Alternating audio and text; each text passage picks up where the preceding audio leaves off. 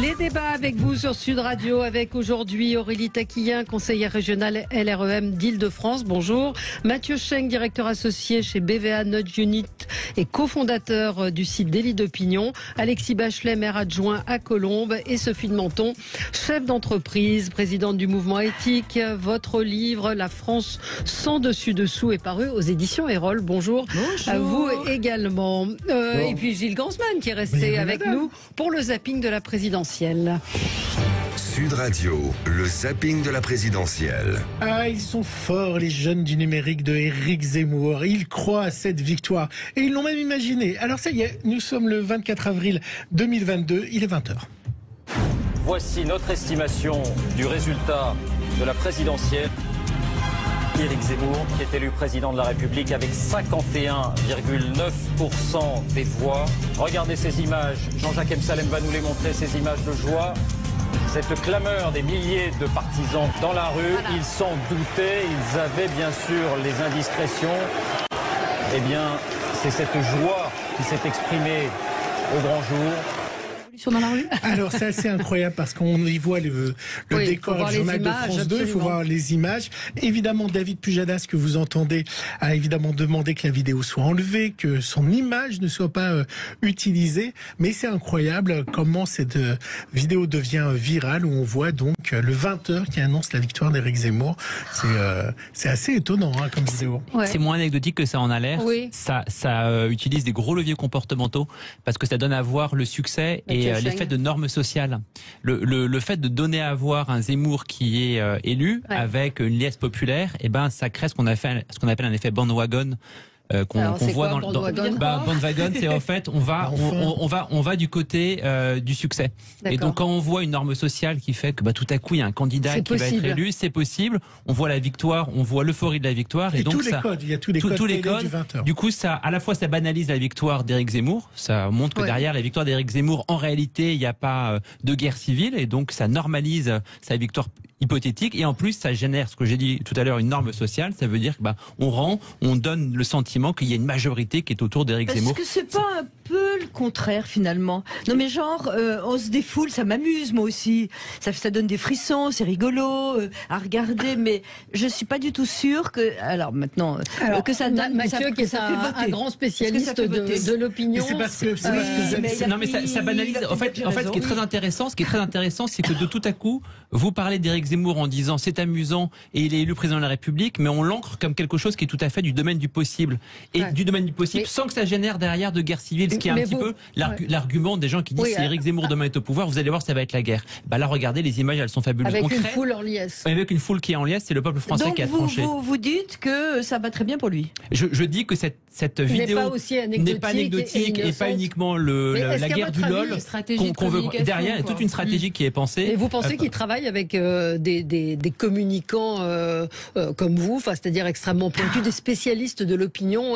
Je n'irai pas jusqu'à la manipulation de l'opinion, mais pas loin. Alors, on n'est pas dans la manipulation de l'opinion, mais ce qui est vrai, c'est que les sciences comportementales, elles sont utilisées aux États-Unis depuis très longtemps. Elles ont été utilisées au cœur de la crise du Covid, notamment avec le gouvernement. Le BVA Nudge Unit a travaillé avec le gouvernement pour essayer de comprendre les comportements humains et puis apporter des bonnes solutions. Ce qui est certain, c'est que la campagne d'Éric Zemmour, on l'a vu lors de différentes études, notamment sur la guerre Wikipédia, ils ont aujourd'hui une stratégie digitale virale qui est extrêmement élaborée. Qui a fait la vidéo? C'est les jeunes de Zemmour. Oui, je ne fais pas que des sons anecdotiques. Non. Alexis Bachelet, un avis sur cette... Vous l'aviez vu cette vidéo? Non, pas du tout. Oui, moi non plus, je l'ai pas vu. Regardez, Gilles est là pour ça. Et oui, pour vous alerter. Mais surtout, ce qui est assez incroyable, c'est que c'est évidemment sur l'outil qu'a utilisé Donald Trump, c'est-à-dire Twitter, et que ces vidéos sont vues à l'international. Ça donne aussi l'image à l'international qu'il a ici en France une figure du président. Ils suivent pas forcément nos débats. Donc Twitter est mondial, faut pas l'oublier. Alors, voilà.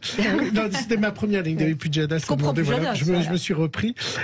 Quand on est dans les bas-fonds du classement, qu'on a un seul espoir, eh bien, on n'a plus qu'une seule idée, le vote en masse. S'il vous plaît, monsieur, un ticket de restaurant, bulletin de vote. Nicolas Dupont-Aignan. Alors d'abord, les sondages, c'est pas eux qui votent, c'est le peuple. Et j'en ai assez, je le dis très clairement, de cette prison du vote. Et si les Français sont écœurés de la vie politique et ne veulent plus aller voter, C'est parce qu'ils se disent, ils ont déjà choisi les sondages, les médias, les temps de parole. Je dis aux électeurs, au lieu d'être dégoûtés, au lieu de manifester, au lieu d'être chez vous à râler, allez voter. Si les 47 millions d'électeurs vont voter, pas en fonction des sondages, mais en lisant les projets, eh bien tout changera. Donc j'appelle les Français à réagir.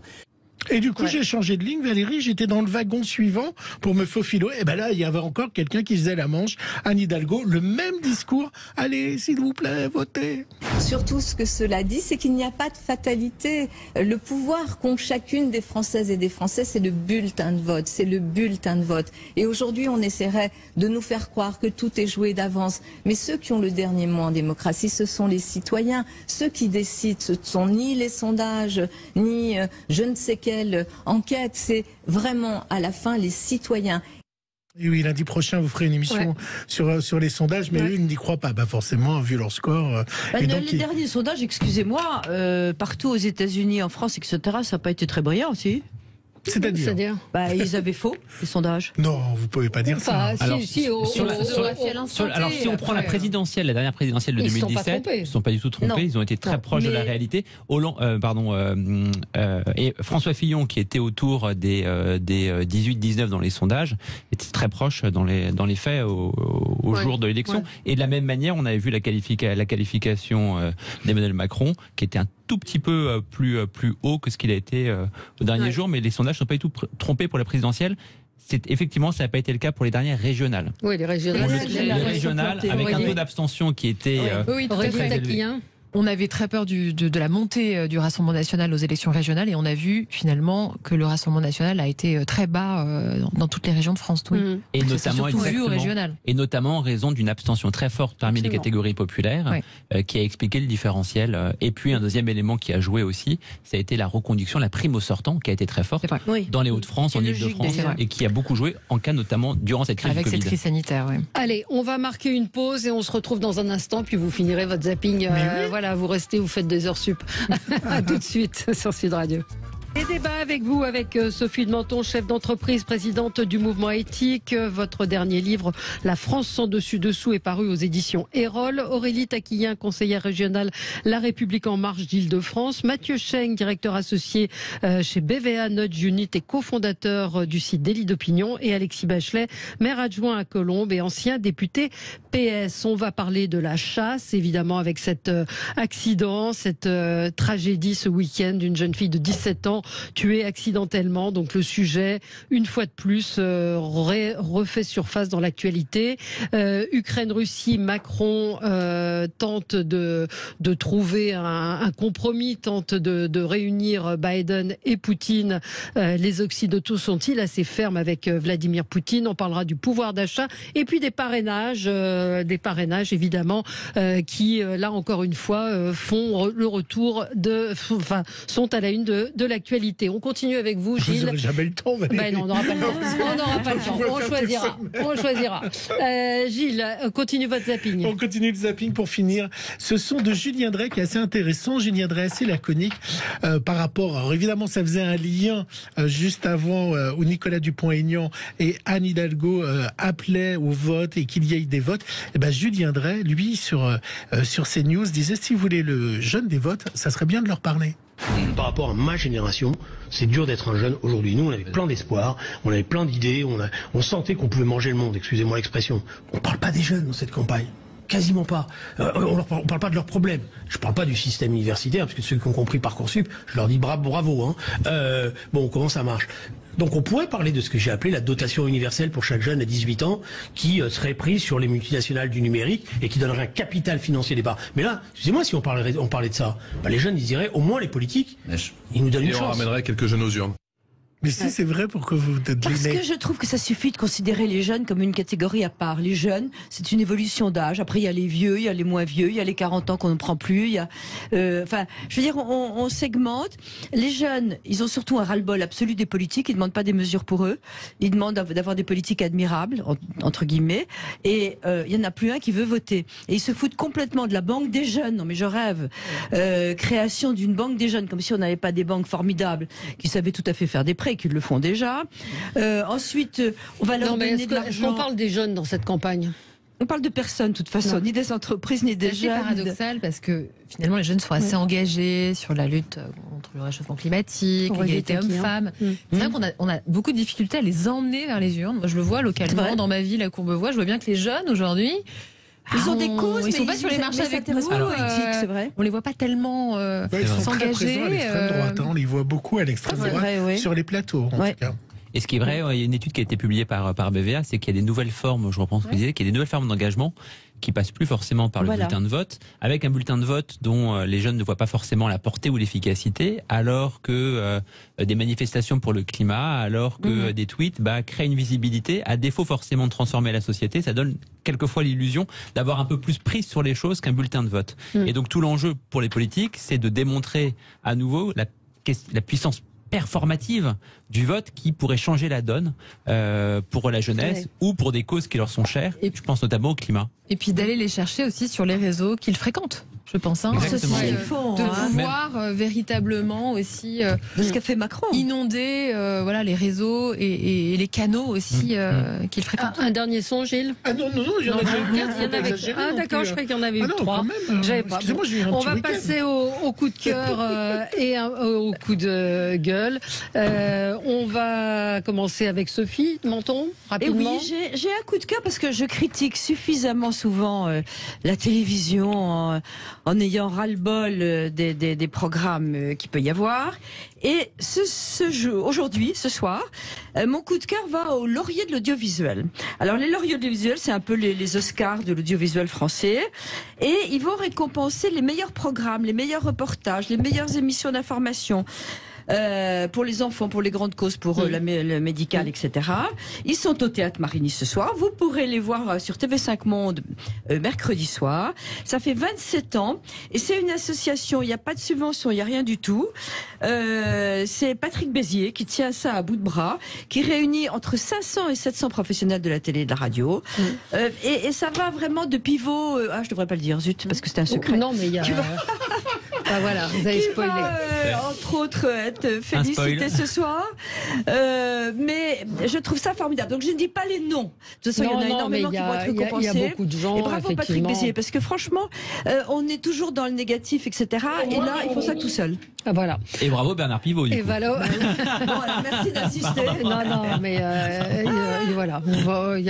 Donc, si vous voulez vous intéresser, vous allez sur le site des lauriers de l'audiovisuel. Tout est expliqué. Mathieu Chaigne. Oui, alors c'est aussi un coup de cœur. On parlait tout à l'heure du vote des jeunes et des catégories. Il y a en tout cas une catégorie qui sortait un peu de son ombre. Grâce à un livre dont on a parlé il y a un mois, le livre de Victor Castanel, Les Fossoyeurs. J'étais assez sceptique sur la capacité de ce livre à créer l'agenda pendant longtemps. Surtout qu'on sait qu'il y a déjà eu d'autres livres qui ont été publiés sur les EHPAD. Je pense notamment à un livre de quelqu'un qui s'appelait Ella Kerieff, qui s'appelait Le scandale des EHPAD, qui est sorti il y a 2 ans. On en avait parlé quelques heures, quelques jours, puis il y avait une indignation qui était retombée. Et là, il semble, probablement aussi en raison de la campagne présidentielle, que le sujet continue à être en tête des questions, des agendas des Français. Dans les médias, le sujet continue à être traité, remarquablement bien traité aussi, notamment par Le Monde, et ça fait partie des articles les plus vus. Et on voit qu'il y a des solutions de long terme qui exigent des choix clairs de la part de la France, mais des solutions qui existent. Je pense notamment à l'Espagne, l'exemple espagnol, où on voit que 2/3 des personnes dépendantes demeurent à domicile. Et je pense à un autre exemple, c'est l'exemple italien, où on voit qu'a été mis en place un système avec ce qu'on appelle des badanti. Ce sont des personnes qui logent au domicile même des personnes âgées, qui permettent, alors il y en aurait entre 400 000 et 800 000, c'est dur de cerner le nombre exact, parce que il y a aussi toute une partie de ces personnes-là qui ne sont pas déclarées. C'est la réalité en Italie, mais en tout cas ça veut dire qu'il existe des contre-modèles qu'on pourrait imaginer en France, avec 3 questions qui se posent in fine pour nous. C'est 1, est-ce qu'il doit y avoir des EHPAD dans le système marchand, dans les Landes par exemple. Dans les Landes par exemple, il n'y a qu'un EHPAD privé, tout le reste est géré par le public. Et encore un article du Monde qui n'est pas un gage de qualité. C'est ça, bien ça. Qui n'est pas un gage, mais avec, c'est la deuxième question, c'est quel est le taux d'encadrement. Et on sait bien que le taux d'encadrement est assez, et le taux d'encadrement personnel, que ce soit privé, public, exactement. C'est le sujet du personnel. Les contrôles, le taux d'encadrement. Alors que le public impose un taux d'encadrement, pourquoi pas? Mais qu'est-ce que c'est que cette manie de penser que les gens dans le public mais c'est que la loi marchande, c'est que le secteur, si à partir du moment où on rentre dans une norme du marché, il y a une logique de compétitivité qui peut quelquefois réduire. On aurait la SNCF serait formidable. Non mais je suis d'accord avec vous. Sur ce secteur-là, sur le taux d'encadrement, on peut avoir dans ces cas-là un minimum. Sont formidables, enfin. Oui, mais heureusement sur la crise sanitaire, c'est vrai, les cliniques privées ont été là. Oui, il faut arrêter. En tout cas, ça pose la question. Un taux d'encadrement et le taux d'encadrement a un lien, un lien potentiel. Et moi, ce qui me choque sur cette affaire des EHPAD, c'est la réflexion d'Olivier Véran hier qui dit on n'a pas attendu le livre pour savoir ce qui se passait dans les EHPAD, mais que n'avez-vous agi avant? C'est quand même inquiétant et heureusement qu'il y a eu ce livre pour que le sujet peut-être enfin, comme vous le dites, tout à fait, déclenche des réactions. Olivier Véran quand même, si je peux me permettre, a raison. Olivier Véran là. Oui. Vous l'avez entendu hier. Oui, je l'ai entendu hier. Qu'est-ce qu'a dit Olivier Véran? Il a dit simplement que le gouvernement n'avait pas attendu ce bouquin, ce livre, pour agir sur ce sujet de l'autonomie, de la dépendance. Nous avons augmenté le congé aidant, on a formé plus de soignants également parce que c'est un sujet de personnel, que ça soit public ou privé, les EHPAD il manque de personnel. Oui. Donc quand la maltraitance, ils ont quelquefois rationné même la nourriture, etc. On est au-delà de ça. Il y a eu des problèmes vraiment majeurs. Des couches rationnées chez Orpea. Oui. On est sur une logique de compétitivité à tout craint. Il ne faut pas les montrer du doigt. Il y a des enquêtes qui sont en cours. Il y a une inspection vous l'aviez dit, juridique, mais Alexis, sur ce sujet. Je crois que le gouvernement a envisagé une loi sur la dépendance et la perte d'autonomie qui n'a pas été mis à l'ordre du jour et à l'agenda. Donc, je crois que le chantier. On a investi plus de 2 milliards d'euros sur le sujet de l'autonomie. Il y a la 5e branche de la sécurité sociale qui est dédiée à l'autonomie et à la dépendance. Là encore, le gouvernement n'est pas resté sans rien faire sur ce sujet. La réalité du problème, c'est qu'aujourd'hui, on a une population qui vieillit. On a des gens qui vivent de plus en plus vieux et donc avec tous les problèmes que ça pose en termes de prise en charge. Et donc, il va falloir effectivement qu'il y ait, pour le coup, l'État prenne des décisions stratégiques. On voit bien que ce n'est pas le privé qui va régler ça. Et en tout cas, si ça devait être réglé par le privé, les scandales actuels montrent qu'il y aurait besoin de contrôles beaucoup plus sérieux, rigoureux et stricts que ce qui se passe actuellement. Et d'ailleurs, la déclaration d'Olivier Véran, elle est assez maladroite parce que de deux choses, soit il savait et il ferme les yeux, soit il ne savait pas et en tant que ministre de la Santé, il découvre une réalité et peut-être d'ailleurs qu'il ne peut pas savoir ce qui se passe dans tous les EHPAD et dans tous les établissements médico-sociaux. On ne peut pas lui faire ce reproche-là, mais je pense que la déclaration est un peu maladroite parce que le scandale tel qu'il a été décrit dans cet ouvrage est vraiment un scandale. Et je pense que ça doit amener tout le monde à réfléchir sur des solutions qui d'ailleurs ne sont pas forcément, et ça a déjà été dit sur le plateau, dans la création d'établissements supplémentaires, mais plutôt d'autres solutions. Comment est-ce qu'on fait pour que les gens soient maintenus dans leur domicile le plus longtemps possible, y compris d'ailleurs dans ma ville. Et je suis élu à l'urbanisme, on réfléchit aujourd'hui à la création d'appartements dits habitat inclusif qui, dès la construction, intégreraient des détecteurs de chute, un certain nombre de facilités technologiques pour accompagner les gens qui sont en perte d'autonomie, et même, dans certains modèles, des conciergeries à partir d'un certain nombre de logements qui permettraient que les gens puissent avoir chez eux, en bas de chez eux, une personne pour les aider à faire leurs courses, pour prendre leurs rendez-vous médicaux, etc., etc. Parce que je pense que la solution du tout EHPAD et du tout établissement collectif a montré ses limites et qu'il faut que la France rapidement se pose des questions sur d'autres modèles, d'autres manières de faire. L'Espagne a été citée, l'Italie. Je pense que la France n'est pas objectivement le pays modèle en Europe sur la prise en charge des personnes âgées et l'accompagnement de la grande dépendance. Un mot, Sophie. Un tout petit mot. Est-ce qu'on peut en profiter pour quand même faire appel à la responsabilité individuelle? Les EHPAD où je suis allée très souvent, parce qu'il y avait des gens de ma famille, qui vous disent que les familles passent une fois par trimestre ou une fois par an. C'est pas le sujet. C'est lamentable. Oui, mais c'est pas le sujet. Pourquoi c'est le sujet? C'est le sujet, mais c'est un autre sujet. C'est encore une fois, quand on parle des femmes battues et qu'on nous répond oui, mais il y a des hommes battus, c'est la même chose. Ça veut dire que dans les EHPAD, je suis sidérée que ce soit ce livre qui est tout révélé et que les familles n'aient pas eu suffisamment de poids. Parce que moi, quand j'allais dans un EHPAD et que je râlais parce qu'il manquait tel ou tel truc... oui, mais ils ont peur des représailles, souvent. On peut pas dire à des mais gens bien que sûr, tout le monde a peur. Les familles doivent se mobiliser. Les familles se mobilisent. Alors, il faut vraiment saluer l'engagement des soignants qui sont dans les EHPAD, qui font quand même un boulot difficile. Mais ne changez pas, ne déplacez pas le sujet. Mais c'est pas de dire ça va pas et de dire oui, mais il y a des choses qui vont. Oui, il y a des choses qui vont. On parle des choses qui ne vont pas. Ça ira mieux. Régler les problèmes. Et moi, je rejoins ce qu'a dit Alexis Bachelet. Il y a des solutions locales qui peuvent être trouvées. L'habitat intergénérationnel, ça fonctionne dans les communes. Et là encore, bien sûr qu'il faut trouver des solutions pour que nos personnes âgées puissent vieillir le plus tard possible chez elles. Et donc c'est la télémédecine, c'est les aidants aussi. Comment est-ce que on facilite d'ailleurs les familles, oui, c'est ça. Les choses pour les familles. On parle de famille, d'accord, mais c'est les aidants. Non, mais juste un chiffre. Plus d'1 million aujourd'hui de personnes qui ont plus de 85 ans. On sera à 5 millions. En 2060. Donc, au fait, le sujet, il est devant nous. C'est que le début. Et donc, ça impose, je pense que la mobilisation générale de toutes les parties prenantes, des familles, des aides-soignants, probablement du privé pensé sous d'autres façons, des collectivités locales. Mais je pense que, je reviens sur ce qu'a dit Sophie, nous, les familles, on sera confrontés de façon.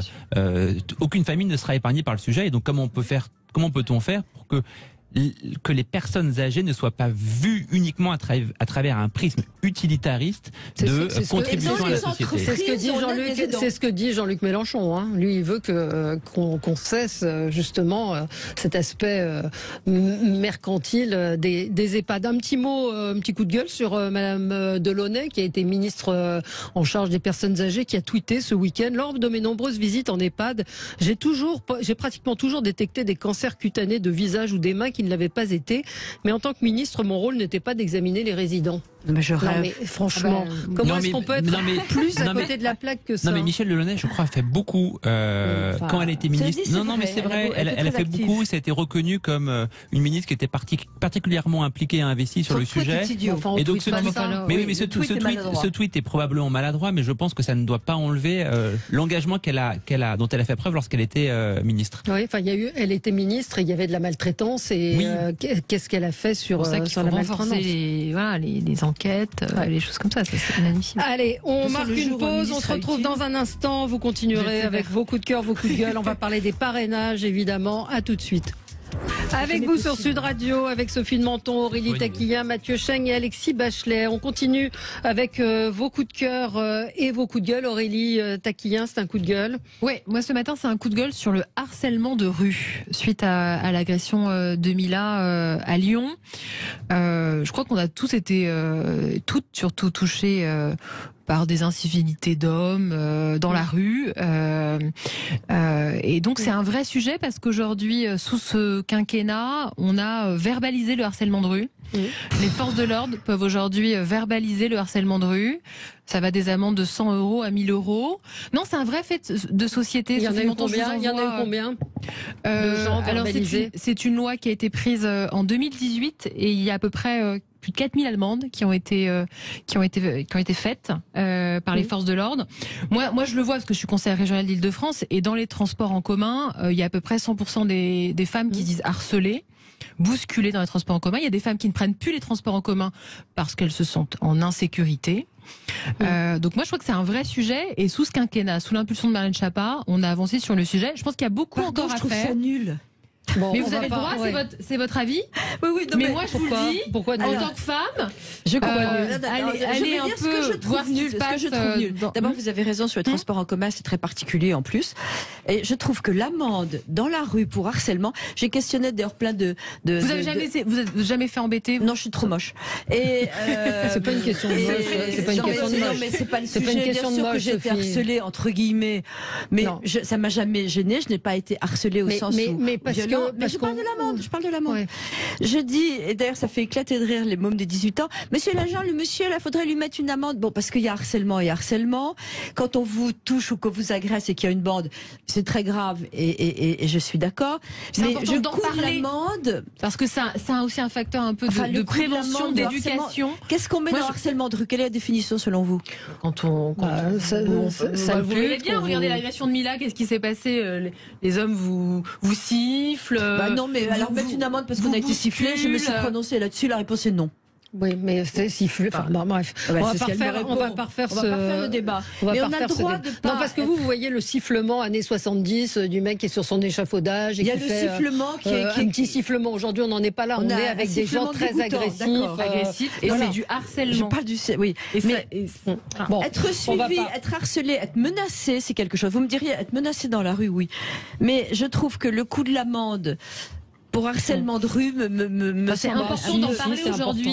C'est important d'en parler. Voilà. On va passer à vous, Alexis Bachet. Juste signaler cette information qui est assez peu commentée, assez peu sortie.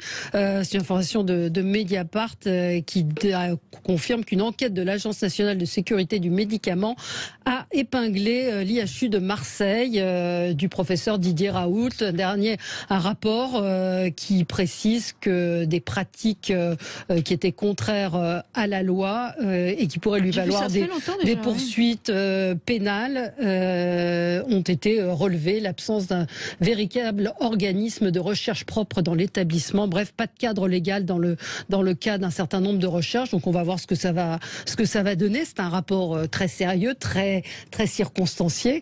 Donc on va voir quelles seront les conséquences. L'enquête en plus suspecte l'Institut d'avoir produit de faux documents afin de valider des recherches. Donc c'est assez grave et je trouve qu'on en parle assez peu. Voilà. Non, pas de ça vous. Non, c'est vrai qu'il n'y a pas du tout de réaction. On en parle assez peu dans la presse. Parce que c'est Mediapart. Oui, mais enfin ils ont eu accès au rapport de la NSM. Donc voilà. Alexis, votre coup de cœur. Oui, mon coup de cœur, c'est pour la décision du maire de Cannes, David Lisnard, de parrainer un candidat qui n'est pas le sien, puisqu'il est soutien de Valérie Pécresse, mais qu'il a fait une vidéo sur Twitter pour annoncer qu'il parrainerait Jean-Luc Mélenchon parce qu'il estime que les familles politiques qui ont du mal à réunir leur parrainage, mais qui néanmoins représentent des sensibilités dans l'opinion, doivent pouvoir être présentes à l'élection présidentielle. Et il est président de l'Association des maires de France, mais ce n'est pas à ce titre-là qu'il l'a fait, il le précise bien, c'est à titre personnel. C'est une décision qui incite aussi, pour inciter, je pense, d'autres maires à parrainer, y compris des candidats dont ils ne seraient pas proches ou soutiens, parce que je crois qu'il y a vraiment aujourd'hui un débat autour de la manière dont sont parrainés les candidats à l'élection présidentielle et que peut-être le système sera amené à évoluer si on se rend compte qu'il est plus, je dirais, en phase avec ce qu'on doit faire aujourd'hui. Il date maintenant de plusieurs décennies. Et en tout cas, je voulais saluer ce geste qui est citoyen républicain et ma foi, ça permet aussi peut-être à d'autres maires de se... Alors comme François Bayrou d'ailleurs qui a créé un site, notredémocratie.fr, pour qu'ils puissent avoir des maires qui apportent leur accord pour parrainer un candidat qui ferait plus de 10% dans les sondages. Oui, c'est une bonne... Bah oui, on rappelle qu'il est président de l'association des maires de France, donc d'une certaine manière, il donne l'exemple. C'est vrai qu'on a du mal à imaginer qu'il y a 40 000 élus et que certains n'arrivent pas à avoir leurs 500 signatures. Alors en 2017, je crois qu'il y avait à peine un tiers des 42 000 élus qui avaient donné leur signature. On sait qu'il y a eu une réforme en 2016. Auparavant, il y avait uniquement 500 signataires tirés au sort qui voyaient leur nom rendu public. Aujourd'hui, c'est l'intégralité du nom des signataires qui est rendu public. Qu'est-ce que ça veut dire? Ça veut dire qu'il y a bien sûr des pressions qui sont exercées sur certains élus qui auraient donné leur signature et que ça peut créer, par ailleurs, on le sait, dans des conseils municipaux, ça peut créer des dissensions. David Lisnard a tout à fait raison de rappeler que parrainage ne vaut pas soutien. Néanmoins, quand vous êtes élu d'une petite commune et que vous soutenez vous donnez votre parrainage, vous voyez le lapsus est révélateur, que vous donnez votre parrainage à un élu qui peut paraître extrême, même si c'est pour faire vivre la démocratie, vous pouvez être suspecté d'accointance. Et donc c'est extrêmement dur. Et pour ça, il y a des mesures à prendre qui sont simples. Il y a une première mesure, c'est est-ce qu'on ne doit pas avoir un parrainage rendu secret ? Voilà, ce serait une mesure. C'était le cas. Alors, je crois qu'au tout début, ce n'était que 100 parrainages. C'était pas secret, mais il y avait que 100 parrainages au tout début. Et ça a été fini. En 74, on est passé. Après 74, on est passé à exactement. Là, il y a visiblement. Alors certains disent c'est toujours la même chose. Ils font du cinéma, etc. Là, quelques phrases. Éric Zemmour dit c'est très dur. Philippe Bevilliers parle des heures avec les maires. Guillaume Pelletier aussi. Moi-même, je passe un temps fou à téléphoner aux maires pour essayer de les convaincre. Marine Le Pen, nous n'avons pas les parrainages. C'est une situation démocratiquement terrifiante. Je n'ai jamais été aussi inquiète. Et alors Fabien Roussel ce matin qui dit « Je vais tout faire pour qu'il y ait 0 signature en direction de l'extrême droite. Zemmour stigmatise à chaque meeting ceux dont le prénom à consonance arabe n'ont plus rien à faire dans notre pays. C'est un homme condamné plusieurs fois. C'est une menace pour la République. » Donc ce matin, lui, il s'est déclaré favorable à ce que certains n'aient pas leur candidat. Il dit « Si certains n'arrivent pas à avoir leur parrainage, c'est qu'ils ont un problème avec la République. » Et Pierre Jacquemin dit « Il va être content d'entendre ça, le camarade Mélenchon. » C'est évidemment très excessif, mais il est également, enfin ça je m'adresse aux sociologues, mais le fait est qu'il n'y a jamais eu autant d'extrêmes. Et là, on a quand même une campagne électorale très extrême entre un communiste qui a l'air tout gentil maintenant parce qu'il mange du saucisson, avec un mec d'extrême gauche. Moi, il me fait peur. Les communistes mangent du saucisson. Oui. Non, mais on est content que les communistes mangent du saucisson. De la viande rouge. Et de la viande rouge et du pinard. Allez à la fête de l'humain, vous allez voir. Oui. Donc, un communiste qui a l'air très gentil, mais qui est quand même communiste. On a des extrêmes gauche et on en a 2 d'extrême droite, même si Marine Le Pen ne fait moins figure d'extrême droite. Donc, alors, est-ce qu'il n'y a pas un rejet de cet extrémisme aussi? On peut se poser la question. Parmi les maires. Non, mais je comprends pas. C'est pour ça qu'ils donnent pas leur signature, parce ce sont les extrêmes qui n'ont pas les signatures. Oui. Alors que, par exemple, on a Anne Hidalgo qui a 1%. Elle a les signatures. Jean Lassalle, ils ont des élus locaux. Ils ont une assise électorale. Oui, mais il y a aussi un politiquement correct. Et peut-être que le fait qu'il y ait tellement d'extrêmes fait peur aux maires. Et dans les villages, ça s'est tendu. Ils disent, certains maires, qu'ils seraient menacés. Enfin bref. On va y revenir, parce que c'est un sujet intéressant. Bien évidemment, à tout de suite. Nous parlons des parrainages, de ces parrainages que certains candidats n'arrivent pas à obtenir. Je vous signale juste cette information. Air France a annoncé annuler tous ses vols en direction de la Russie et de l'Ukraine. Donc on sent qu'il y a une certaine tension qui est en train de monter, avec en plus le président russe, le Kremlin, qui a fait savoir qu'il n'était pas à l'ordre du jour une rencontre avec Joe Biden. Donc la situation... Il y a 1000 Français qui vivent en Ukraine. Absolument. Qu'on a fait revenir en principe. En principe, mais tous ne sont pas... On va en reparler dans un instant. Parrainage, donc, avec ces réactions toujours, tout de même hier, Olivier Véran, toujours, il était chez nos confrères de LCI, il a dit que s'ils n'avaient pas leur parrainage, c'est parce qu'ils n'arrivent pas à convaincre les élus locaux de les parrainer. Est-ce que c'est aussi simple que ça? Alexis Bachelet, vous avez fait campagne. Qu'est-ce que ça vous inspire en fait? Et est-ce que vous êtes d'accord avec Fabien Roussel pour dire tant pis pour ceux qui ne les ont pas, et c'est comme ça? D'abord, je crois qu'il y a quand même un principe, c'est la liberté. Donc on ne va pas obliger les maires à parrainer quelqu'un qu'ils n'ont pas envie de parrainer. Donc, oui, mais s'ils ont envie et qu'ils ont peur, entre guillemets, c'est-à-dire qu'ils savent qu'ils auront des représailles, c'est ce que nous ont dit certains de ceux qui sont en train d'essayer de convaincre des maires, c'est-à-dire que, à la limite, ça pourrait être dans leurs convictions. Par exemple, comment s'appelle-t-il, Laurent Jacobelli nous racontait qu'un maire sur 2 qui a parrainé Marine Le Pen refuse de le faire aujourd'hui parce qu'il y a eu des conséquences à ce vote au niveau des conseils régionaux, des conseils généraux. Ouais.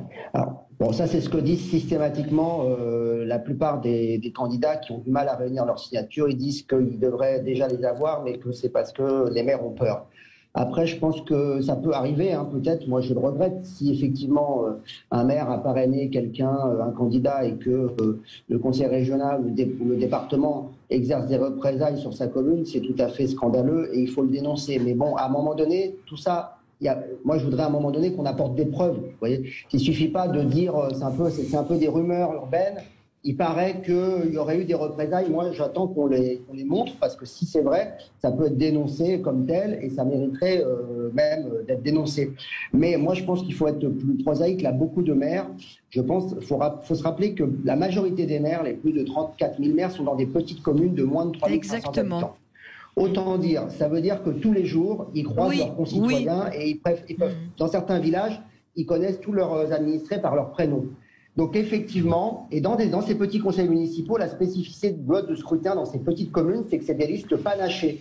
C'est pas des listes droite, gauche, centre, c'est des listes où on a et des gens de droite et des gens de gauche. Et donc le maire, il est un peu la synthèse de ses sensibilités dans sa commune, dans son village.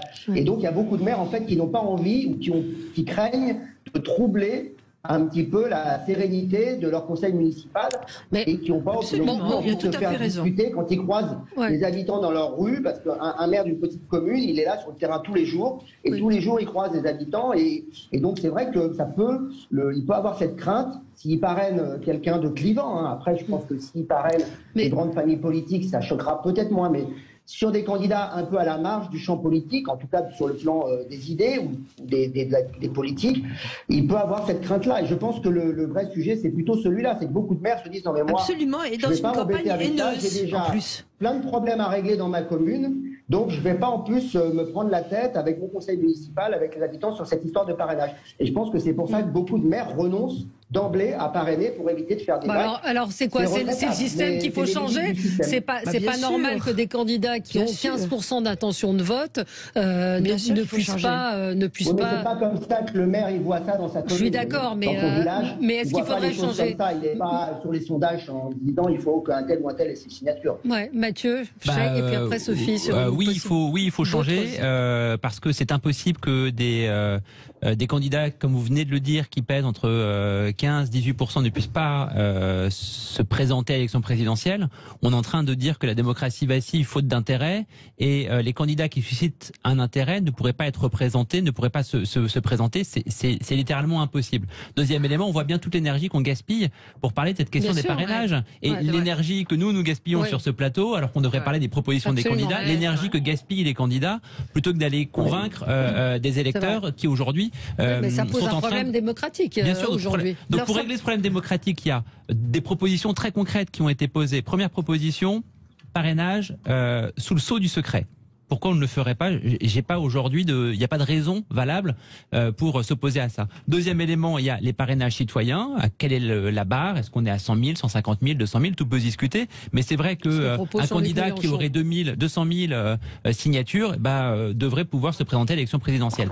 N'oublions pas, dernier élément, que cette question des parrainages, elle a aussi une vocation, c'est d'éviter trop de candidatures farfelues. Donc il faut bien évidemment aussi avoir une barrière à l'entrée.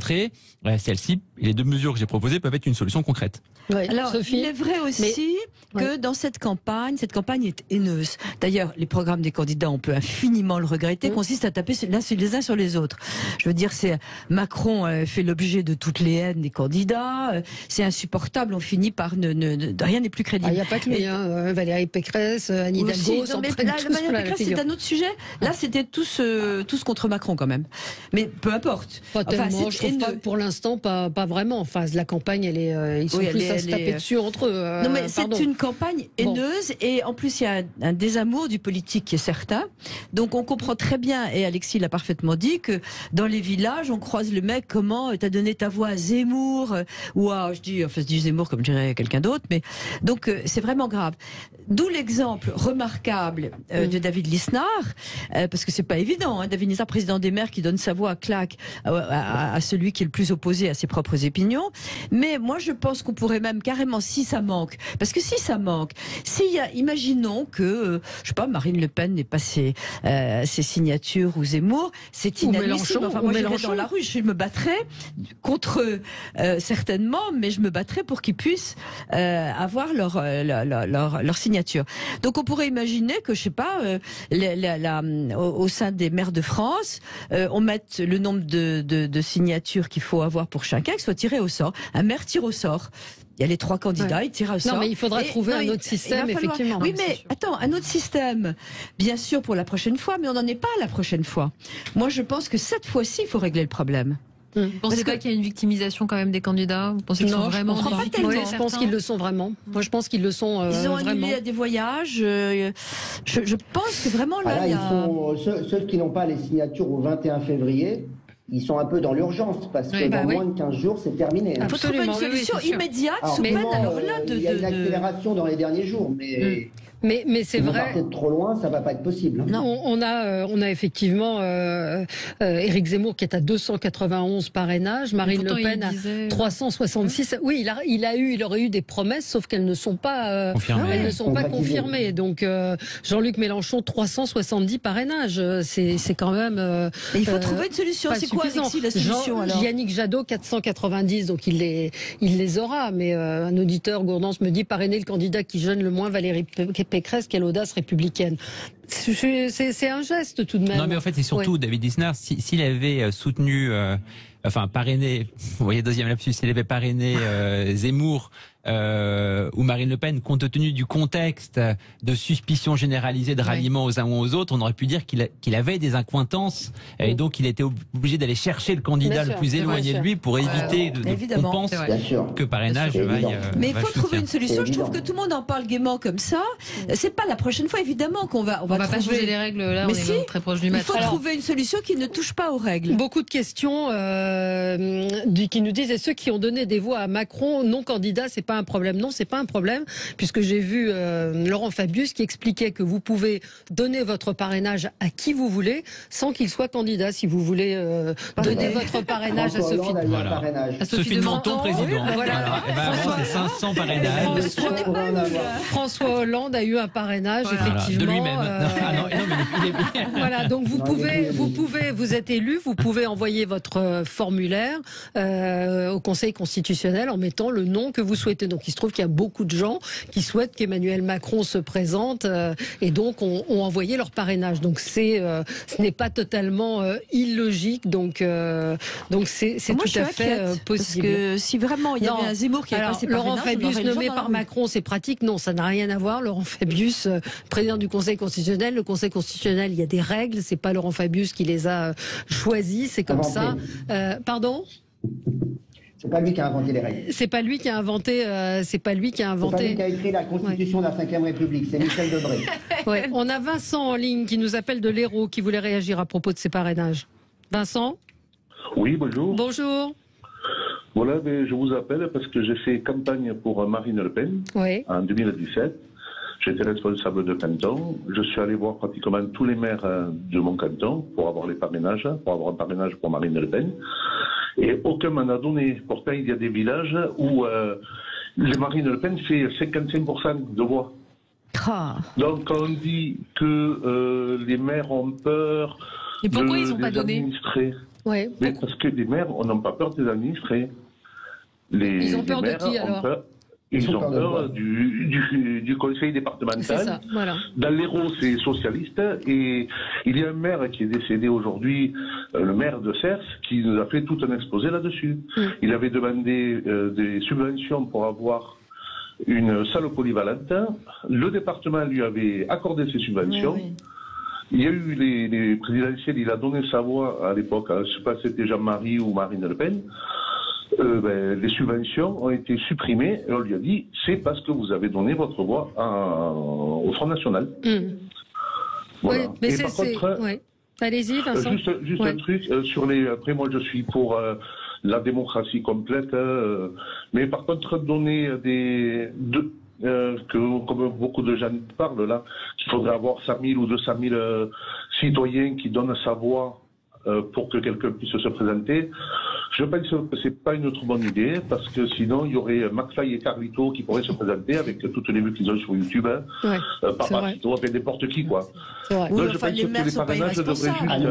Non, mais pas les maires, si c'est un vote populaire, si c'est un vote citoyen. Oui, mais justement, un vote populaire, moi, demain, je peux donner ma voix à McFly et Carlito, parce qu'ils sont connus sur Facebook. Oui, ou ceux qui ont des millions d'abonnés, effectivement. Oui, mais on est fan d'une communauté. Je peux aimer McFly et Carlito sans vouloir donner leur le parrainage pour qu'il soit candidat. Mais je pense qu'il ne faut pas sous-estimer non plus. Il ne faut pas non plus sous-estimer l'intelligence des citoyens et se dire que parce qu'ils aiment quelqu'un, parce que j'aime Mimi Mati, je veux que Mimi Mati soit présidente. Donc le like sur YouTube ne fait pas le parrainage. Voilà. On a vu Florian Philippot, un parrainage.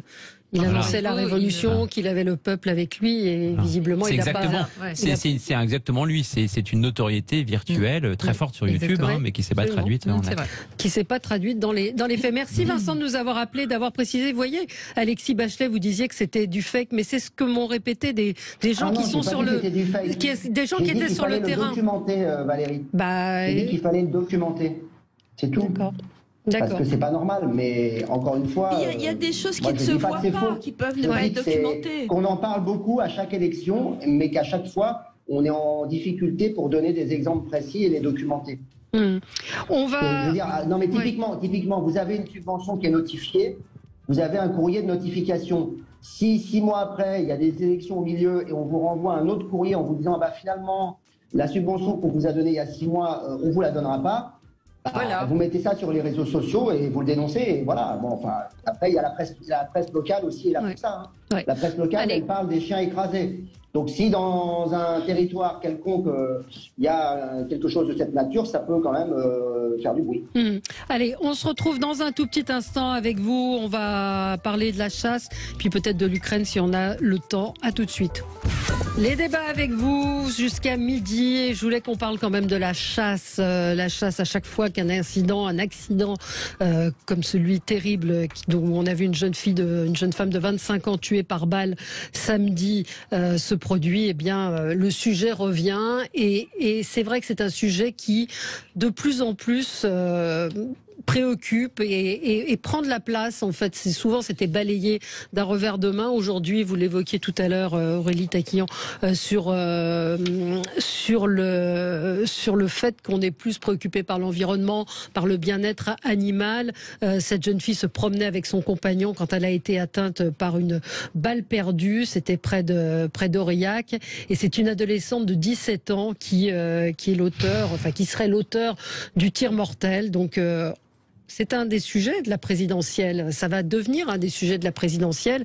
Est-ce qu'il faut l'interdire le week-end? Est-ce qu'il faut la réglementer plus? Est-ce qu'il faut l'interdire? Je sais pas qui a Mathieu. Alors pourquoi le sujet monte? Ce qui est paradoxal, c'est que le nombre d'accidents a diminué. Exactement, drastiquement. On était à 200 accidents mortels. 232, je crois, un peu plus de 200 en 2000. J'ai regardé ça tout à l'heure. On était à 130 accidents mortels en 2010, et là on est à une dizaine par an. Alors depuis 20 ans, tous les 10 ans, le nombre de victimes a été divisé par 2. C'est ce que dit Laurent Jacobelli du Rassemblement National. L'objectif 0 victime. Il faut prendre des mesures en concertation avec les chasseurs. Donc paradoxalement, il y a moins de victimes, mais ces victimes marquent plus l'opinion publique. Le cas d'hier est encore plus flagrant, parce qu'il ne s'agissait pas d'un chasseur le plus souvent. Ce sont des chasseurs entre eux qui se tuent. Derrière ça, il y a un deuxième mouvement. Le deuxième mouvement, c'est que la chasse, qui était une tradition qu'on avait dire incontestable, qu'on ne pouvait pas toucher, aujourd'hui est une tradition qui a tendance à se rétrécir. C'est-à-dire qu'il y a un nombre actif de chasseurs qui est de 1 million en France, de chasseurs actifs. Ça veut dire quoi? Ça veut dire que la place de la chasse dans la société française, elle a structurellement tendance à décroître. Et donc se pose la question de la cohabitation entre les chasseurs et les non-chasseurs.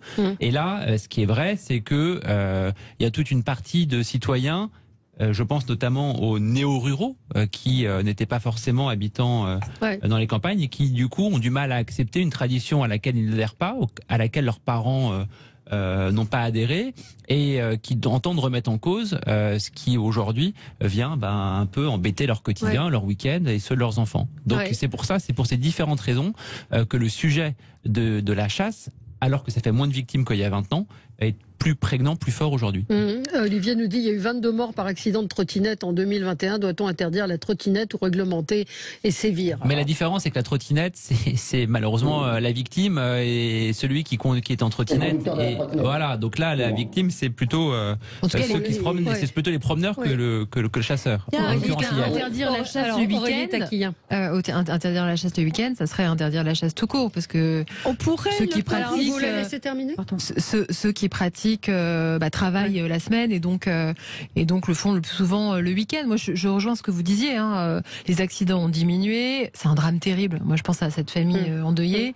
C'est une tradition française. Ça aussi, cet effet de régulation aussi pour notre biodiversité, c'est essentiel pour notre nature. Mais c'est vrai qu'il faut peut-être mener une réflexion sur comment on régule mieux la chasse. Est-ce qu'on réfléchit au niveau local? Est-ce qu'on laisse pas la main aussi localement à ces fédérations de chasseurs pour mieux articuler, pour mieux faire la signalétique dans ces endroits où il y a des endroits pour chasser, des endroits pour se promener? Mais en tout cas, c'est certain qu'il faut pouvoir poser le sujet sur la table. Et puis, le pareil, permis de chasse, c'est 15 ans, je crois. À partir de 15 ans. Oui, c'est ça. Donc la question peut être aussi sur l'autorisation aux mineurs. Tout ça, il faut quand même Alexis Bachelet poser ces questions. Non, mais je crois que Mathieu a dit l'essentiel et qu'il y aura un moment dans la vie de la société française où effectivement il y a des mesures plus restrictives qui viendront parce qu'il y aura une cohabitation qui sera rendue plus difficile. On voit bien qu'il y a de plus en plus d'urbains qui vont s'installer dans des zones rurales ou semi-rurales et qu'effectivement il y a des pratiques et des traditions qui étaient acceptées à une époque et qui deviennent moins tolérables, surtout quand il y a des accidents qui sont regrettables. Moi, je ne veux pas profiter de l'accident pour dire qu'il faut interdire la chasse. La position d'interdiction de la chasse, elle est défendue notamment par Yannick Jadot le week-end et les vacances scolaires. Je pense qu'il y a une position qui finira par s'imposer parce que c'est du bon sens. Et comme il y a de moins en moins de gens de toute façon qui pratiquent la chasse, il y aura plus ces sujets et il y aura plus un million de chasseurs. Cette forme de lobbying des chasseurs pour maintenir le moins de régulation possible, parce que c'est ça le sujet en fait. Voilà. Sophie? Alors, j'ai deux choses à dire. D'abord, je pense que ça devrait être absolument interdit de mettre une arme à feu dans les mains d'un mineur, chasse ou pas. Donc, ça devrait être interdit. Deuxièmement, je pense qu'on pourrait réserver la chasse, par exemple, le samedi, en interdisant aux promeneurs d'aller dans certaines zones. Je crois qu'il faut être très clair là-dessus, avec un vrai règlement. Et enfin, je me pose la question de la souffrance animale, où il y a des mouvements qui sont de plus en plus puissants. Moi, je dois dire que j'ai de plus en plus de mal. J'ai chassé quand j'avais 18 ans parce que mes parents m'ont mis un fusil entre les mains. Ça a duré 1 an.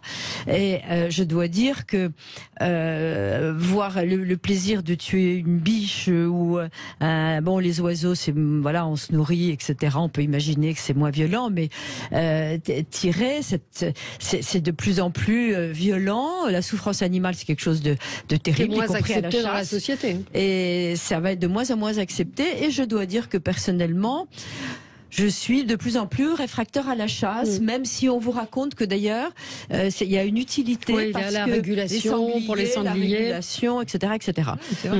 Voilà. Donc je suis.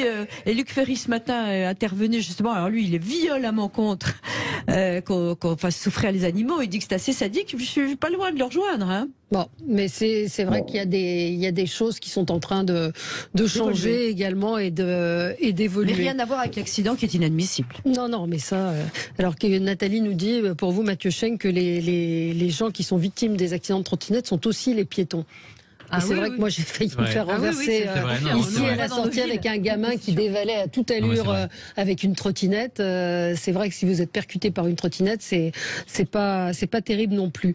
Ce qui se passe, on n'a plus beaucoup de temps, hélas, pour parler de l'Ukraine, mais on sent que visiblement la tension est toujours là. Emmanuel Macron hier s'est entretenu assez longtemps avec Vladimir Poutine et pourtant ce matin on a vu que le Kremlin démentait un possible sommet avec Joe Biden. Il y a un espoir, sauf que ce matin, on entend que Moscou a déclaré donc un obus tiré depuis l'Ukraine avait détruit une installation frontalière utilisée par le service fédéral de sécurité russe. Personne n'a été blessé, mais on voit qu'il va y avoir... alors, bien sûr, il y a à peu près 1500 violations du cessez-le-feu à la frontière ukrainienne.